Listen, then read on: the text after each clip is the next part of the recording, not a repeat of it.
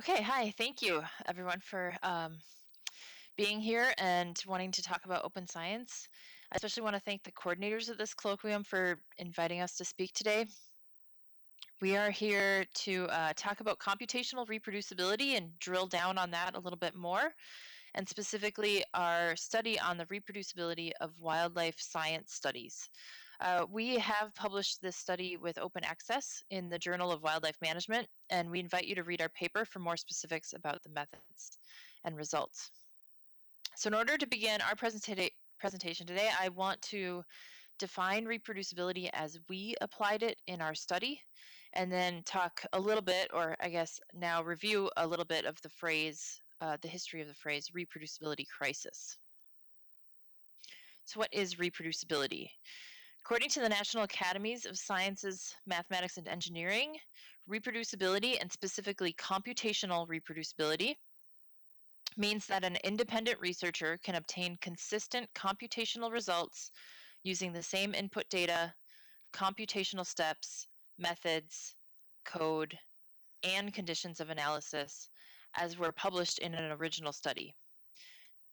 So, as we just saw, in 2016, a journalist at Nature polled over 1,500 scientists from around the globe and asked them, is there a reproducibility crisis in science? And the overwhelming majority said yes, with a whole 52% saying that there was that significant reproducibility crisis in science. So this paper and these conclusions led my colleagues and me to ask, is there a reproducibility crisis in the wildlife sciences specifically? So I will go through our methods that we used briefly and then share our results. So we wanted to determine the status of the reproducibility crisis in the wildlife sciences specifically. So we chose articles that were published in two of the leading journals of wildlife science in North America, the Journal of Wildlife Management and the Wildlife Society Bulletin. These are both journals that are published by the Wildlife Society, um, or as I may refer to it as TWS. So we randomly selected 80 total articles, 40 from each journal, that were published from June 2016 through June 2018. And we selected recent articles hoping that it would increase our ability to collect data from the authors. So for each article that we chose, we first determined if it was suitable for review, a requirement that was met simply by the article having quantitative results that we could try to reproduce. When an article was suitable for review, we began trying to find that paper's associated data on the internet, archived in supplemental materials. If we could not find the data online, then we emailed the corresponding authors up to 3 times. Ultimately, for each study that we were able to collect data for, we used the methods then to try to reproduce that study's results. And we rated our ability to reproduce the results on a 5-point scale and specifically determined if we could reproduce the specific numbers in the paper, the figures in the paper, and most importantly, the conclusions in the paper. So I want to note here that we may have been able to reproduce conclusions at a higher rate than we could reproduce specific numbers. So for instance, if we found that a correlation coefficient, for instance, was higher than the one that the authors had published, but that they were both still positive and significant, then the conclusion may have been reproduced even if the specific number was not. And then after that, a second reviewer from our team also ranked the reproducibility of each study, and we averaged across those reviewers. So let me introduce some of our main findings. So again, we started with 40 papers randomly selected from each journal. Of those 80 papers, we determined that 6 were unsuitable for review. We could not get data for 42 additional papers because it was not available online, and we could not get a hold of the corresponding authors even after 3 attempts. The authors from 11 papers opted out of sharing their data, citing reasons such as not having enough time to put the data together or being unable to track down the person responsible for sharing the data. And then another 2 authors never sent in their data even after agreeing to participate. Eventually, our deadline for submitting data passed, and we had to continue on to our study without their data. So that left us 19 studies for which we had the associated data. And of those 19 studies, 3 were completely not reproducible. They scored a 0. Another 3 were mostly not reproducible. So they scored less than a 2.5 on our 5-point scale. 5 were mostly reproducible, scoring from a 3 to a 4.5 on our scale. And 8 were actually considered to be completely reproducible. So all in all, we concluded that 68% of the papers that we reviewed that for which we got data, wildlife scientists seem to be doing a great job reaching reproducibility. And I think that this is really promising. However, if we take a step back and look at the results from our original 74 papers that were actually eligible for review, we could only get data for 25 of those studies, making the actual reproducibility rate 19%. And this, I believe, is very alarming and indicates that we need to do a better job sharing our data. So I can't overstate this enough. It was extremely difficult to track down the data and the corresponding authors, even though these papers had been published at most 2 years prior to the start of our study. And I also want to point out that the data sharing is recommended in the author guidelines of both Journal of Wildlife Management and Wildlife Society Bulletin. And 2 premier editors-in-chief for the Wildlife Society have called out the importance of sharing data recently. So I think that this quote by former editor-in-chief of the Wildlife Society is especially potent. As glimpses of the end of my career flash in front of me, I have started to think more about what my legacy will truly be, my papers or the data that I leave behind. In fact, she goes on to point out that she wishes she could have done a better job sooner of archiving her data, and she ends by concluding that societies such as the Wildlife Society have a big role to play in making this paradigm shift a reality. Okay, so now we have a feel for our results, so I want to discuss 2 of the main obstacles to reproducibility as I see them. The first obstacle is being able to write your methods that are clear and thorough, that document the entire process that you took to reach your conclusions. And we found this commonly in our analysis, right? That well documented code, well written methods, thoroughly described data processing steps all increase the chance that we could reproduce an author's results. So, on the other hand, those that didn't take these steps and whose papers scored lower on our scale, I think could have fairly easily overcome these obstacles. Especially now in a world, as we're seeing through the whole Living Norway symposium, that there are many, many resources out there ready for us to do a better job making our coding and analysis reproducible. So we've been talking about this all day. There's articles on pre-registering your analysis, tips and tricks for writing code that's easy to follow, um, tips and tricks on how to archive data, and so on and so forth. And honestly, it takes a little getting used to, but once you start approaching research with a reproducible standpoint, it's not very hard and can even become habitual. So, as this researcher pointed out, reproducibility is like brushing your teeth. Once you learn it, it becomes habit. So, I want to move on to actually what I think is the more challenging obstacle: sharing raw data openly and freely and with trust in each other as fellow scientists. Um, since we began our study in 2018, there's been a little bit of a sea change in what I view as our willingness to share data freely and without reservation. Um, so, for instance, more and more journals are including mandatory data sharing policies, such as the one at Plus One that we saw in the previous talk. Archiving frameworks are becoming easier to use and more prevalent. And I think this is all good because, as Dr. Miyakawa at the Molecular Brain stated, and we just saw in the previous talk, no raw data, no science. So, to put the title of his paper, 2020 paper, in context, I'd like to share a quote from that paper. Making raw data openly available is not only important for reuse and data mining, but also for simply confirming that the results presented in the paper are truly based on actual data.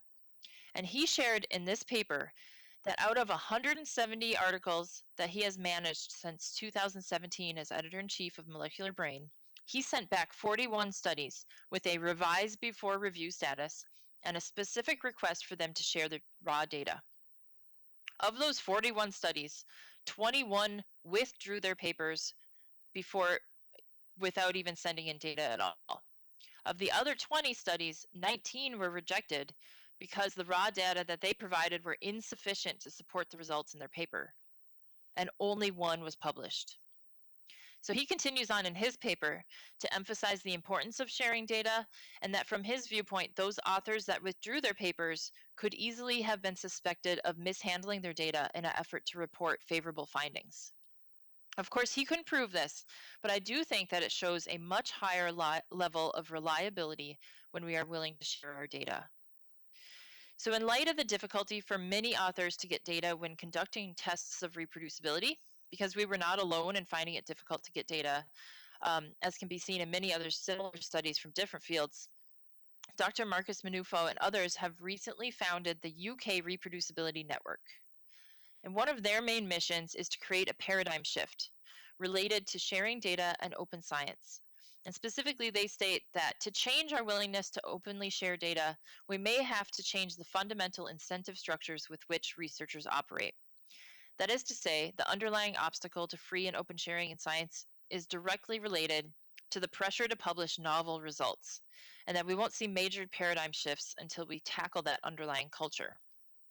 So, in addition to my usual recommendations to always write better code and organize your data to increase reproducibility, I think it's even more important to better tackle these underlying issues. My final call to action. So, first, I hope that we can normalize the sharing of data and code. If we all write our code from the beginning with sharing in mind, this process again just becomes habitual. Secondly, let's begin requesting raw data when conducting peer review. So if we're confused about how an analysis was conducted, or for instance, how random effects were handled, in addition to asking for them to clarify that information in their paper, we also could start asking for the data in the code to learn more about how they analyze their data. Third, let's encourage journals to incentivize data sharing. I think we're going to hear more about this in the next talk. Perhaps there could be small reductions in page costs or some recognition for those of us that share our data readily. Fourth, let's encourage journals to publish sound replications of previous papers, regardless of the results. So let's break down the pressure to publish novel results and instead embrace the importance of building off of previous work. Let's view papers that agree with previous findings as the building blocks to strengthen our understanding of science. And then fifth, I'd really like to see us all doing a better job choosing a stable email address as corresponding authors and using things such as ResearchGate or ORCID ID to maintain a trackable online presence. As we found in our study, it's so important that we all respond to PDF requests and emails, and let's just work together. And then finally, we can never forget how important it is to train each other in better, more reproducible practices. Think about the legacy of your data and the legacy of future research, and let's all try to leave the scientific world a better place than we inherited it. So I want to leave you with this quote by Paul Krusman, who's the editor in chief for Wildlife Journal of Wildlife Management. Publish all of the relevant results from your research and archive your data for future use. When you notice your data and publications by others, know that you had an additional part in advancing our profession. And I want to thank our large team of collaborators for this study, because I couldn't have done this without everyone pitching in and helping me try to reproduce all the studies. And with that, I want to close and hopefully have time for a couple questions.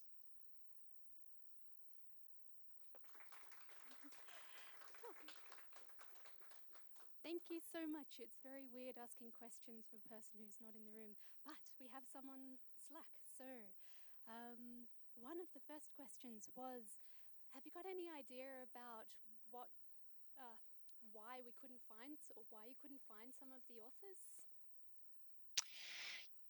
Yes, so we had a little bit of kind of an informal follow-up with some of the authors that people knew kind of professionally. So all of the emails came from me originally, asking for the data, and we did a little bit of a kind of informal follow-up. And in a lot of cases, it seemed like there was that time was a really big factor.